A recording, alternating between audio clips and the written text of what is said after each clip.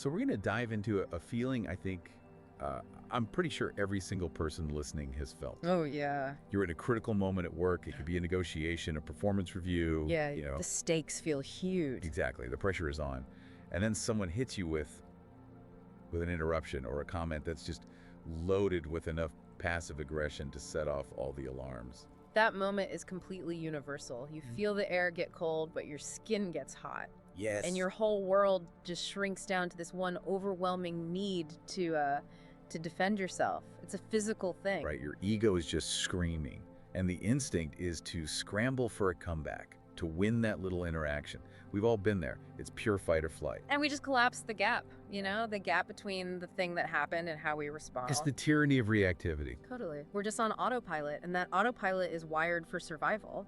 It treats a critical email like it's a tiger in the room. So we sacrifice clarity for a messy, instant defense. So, if everything in the modern workplace is about speed, what's the most radical thing you can do? And the answer seems so simple. It's to pause. Exactly. But this is not the polite silence where you're just, planning your counterattack. Right. This is a mindful, conscious interruption of that ancient wiring. So for this deep dive, we're looking at 3 ancient wisdoms, mostly from Buddhist traditions, that really redefine what power looks like at work. Okay, let's unpack this. How can these sort of foundational ways of being help us choose peace over panic in the office? The first one is the most direct. It's the power of the mindful pause. And to get there, we have to start with this concept of the gap.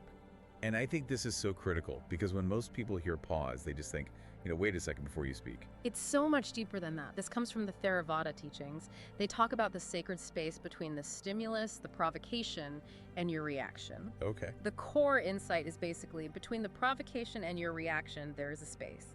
In that space lies your freedom. But the problem, I think, for most of us is that when the adrenaline hits, that space feels like a microsecond.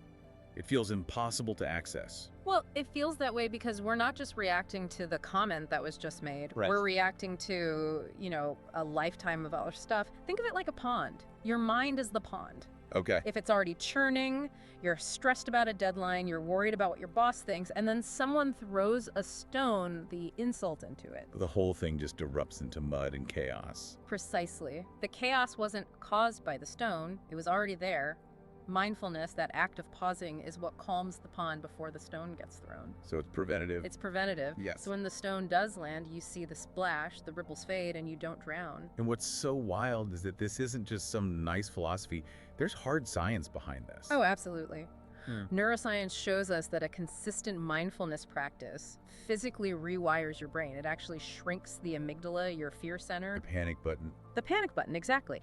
And at the same time, it strengthens your prefrontal cortex. That's the part that handles rational choice and clarity. So when the boss says, your numbers are disappointing, the old brain just fires up. You get flushed with shame and defensiveness. But the mindful brain, with that stronger prefrontal cortex, it steps in and says, hang on, let's look at the data before we have an emotional meltdown. You literally build a different brain, one that chooses peace over panic. Yeah, and the result is that the calmest person in the room, they often become the most influential. Their energy isn't wasted on that internal battle. There's a great Zen story, right?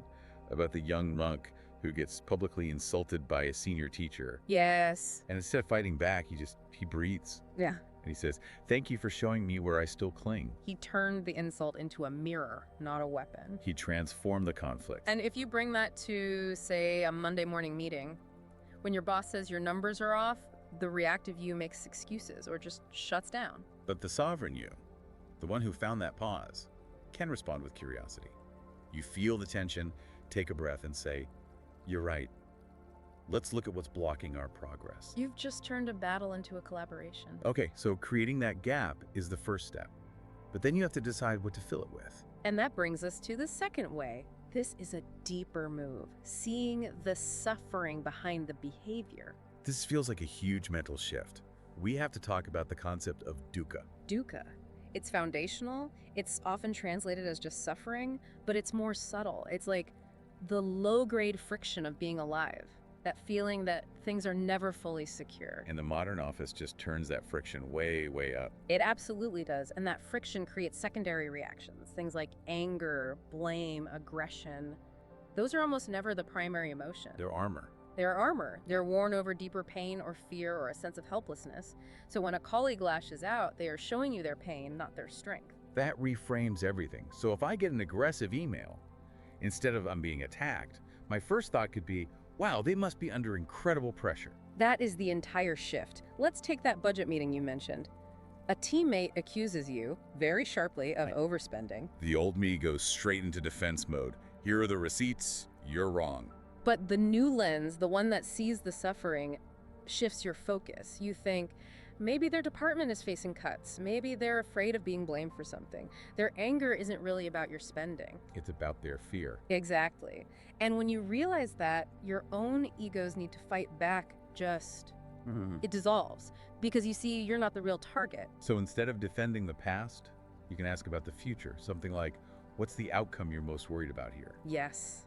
That's Karunan action, compassionate clarity. But this brings up a huge question, one I'm sure listeners are thinking about. Okay, I know what you're going to say. Does this mean we just enable toxic behavior? Do we excuse it by seeing their suffering? How do you balance this with boundaries? That is the essential question. And it's so important to be clear. Compassion is not permission. Yeah. It's an internal stance. It allows you to not absorb their toxicity, but you still set a firm boundary. You just do it from clarity, not from rage. So you could say something like, I want to have this conversation, but I can't do it while you're shouting. Let's try again in 10 minutes. Perfectly. The boundary is firm, but your heart isn't closed. And organizational psychology actually backs this up. Responses from empathy, not defensiveness, build way more trust and creativity. So compassion is actually strategically superior. It's the highest leverage way to operate.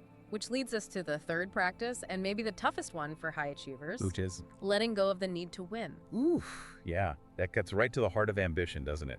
We're taught success means winning every single time. And that's because most office fights aren't actually about the facts on the table, they're about identity. My identity. If I lose this argument, it means I'm weak or I'm stupid. Exactly. We lash our self-worth to these external outcomes, and this is where the teaching of anatta, or non-self, comes in. Explain that a bit. It's the understanding that the self isn't this fixed, solid thing we have to defend. It's fluid. It's always changing. You aren't your job title. You aren't your last success or your last failure. But okay, here's the pushback from the ambitious person. Doesn't non-attachment just mean becoming passive? If I let go of needing to win, do I lose my drive? That's the great paradox. We're not talking about apathy, we're talking about integrity. The goal isn't to stop caring, it's to stop clinging. Okay. When you let go of needing the result to validate you, you get this incredible freedom to act with full commitment regardless of the outcome. You are free to act because you're not enslaved by the result. So you maximize the effort, but you minimize the attachment to the outcome. That is it. And that state is called upekkha, or equanimity. It's even-mindedness. It's like a mountain. Storms can rage on the slopes, but the peak, your core self, is unmoved. You're in the storm, but you're not the storm. Let's use the performance review example. You present a bold strategy you've worked on for weeks. Your manager says, no, it's too risky. We're going with the safe option. And the old mindset just spirals. I failed. They don't value my work. I'm not good enough. But the non-attached person, they offered their truth with full integrity. Their worth came from the quality of the work, not from whether the manager approved it. And the amazing paradox here is that this detachment, it often makes you more influential. It really does. People can sense when you don't have a needy agenda. When you speak from conviction without that personal desperation, you become incredibly trustworthy. That safety is where real innovation happens. So when you combine seeing the suffering, that's the compassion, with releasing the need to win, That's the non-attachment. you get compassionate non-attachment. Yes. You engage fiercely and kindly, but you stay inwardly free from all the drama. Which brings us to a new definition of success. For so long, we've been told you have to choose. You're either the ambitious warrior or the peaceful monk. And that's the false choice we have to dismantle. The highest wisdom isn't about escaping the world to find peace. It's about awakening within the world. The Diamond Sutra says something about this, right? It does. The highest wisdom is to act without clinging to the fruits of action. You do the work, you give it your all, and then you release it. So your career isn't separate from your growth. It is the path. Every deadline is a chance to practice presence. Every difficult conversation is a dojo for compassion. Work done with this kind of awareness doesn't drain your soul, it reveals it. That's the great inversion. The office isn't the obstacle to peace. My resistance to the office, my wishing it were different, that's the obstacle. The second you meet the situation exactly as it is without fighting it, you step into a kind of sovereignty that can't be touched by external events. Not by a layoff, not by a missed promotion. Because the ultimate insight here is that true success is not what you achieve. It's who you become while you're achieving it. It's measured by inner qualities. Did I stay kind under pressure? Did I act from purpose and not fear? That's an internal victory that no one can ever take from you. Wow. So to recap, we have 3 revolutionary acts. On that. Mindful pause, seeing the suffering, and releasing the need to win. And if you integrate those 3, you just become a better colleague, a better leader, and, a happier person. But I want to leave our listener with one last thought. We've talked a lot about external conflict, the difficult boss, the annoying colleague. But what happens when the conflict isn't out there? What happens when it's your own ambition, your own inner critic? When that voice whispering, "You're not enough, you haven't done enough," sounds exactly like you. What if the ultimate office conflict is that battle between the ego's endless hunger for validation and the soul's quiet longing for meaning? That tension. That's where the real work is. And maybe the most revolutionary thing you can do is just show up to that internal battle fully human, fully present, and unbroken by the need to be perfect. In that unbrokenness, you don't just survive the office, you transform it, one mindful breath at a time.